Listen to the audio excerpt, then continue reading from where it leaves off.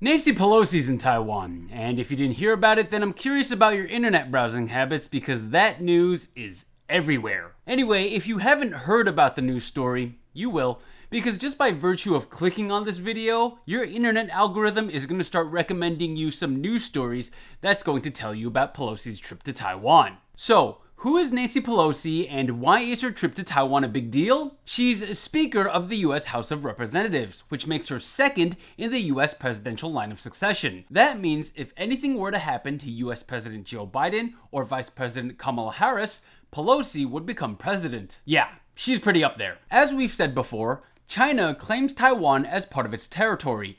China doesn't like it when Taiwan is referred to as a separate country in any way, sort, or form. And when it comes to the US's response to that claim, well, the US sticks to what it calls strategic ambiguity. That means it won't clearly say what its position on China's claim over Taiwan is. But by sending Pelosi to Taiwan, the US is kind of legitimizing Taiwan's identity as a separate sovereign state. It's like Taiwan is independent enough to have high-ranking US officials visit without needing to go through China first. Does that make any sense? The last time a US House Speaker visited Taiwan was in 1997.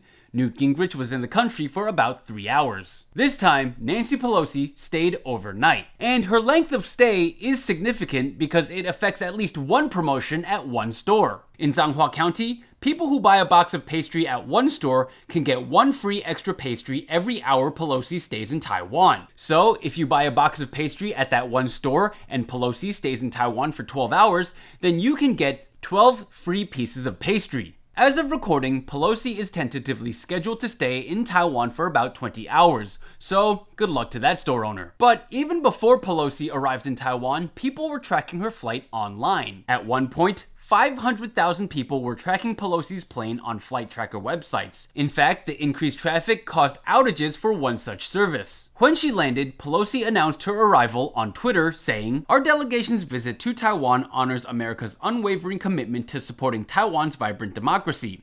Our discussions with Taiwan leadership reaffirm our support for our partner and promote our shared interests, including advancing a free and open Indo-Pacific region." Overall, people in Taiwan are pretty happy that she came. The airport where she landed and the hotel where she was staying saw huge crowds of people hoping to catch a glimpse and welcome her. Now, there's a lot of fear that Pelosi's visit will spark some sort of conflict. But people in Taiwan have responded to those fears with humor. One internet meme going around shows Pelosi as a storm system that closed in on Taiwan despite China's ire.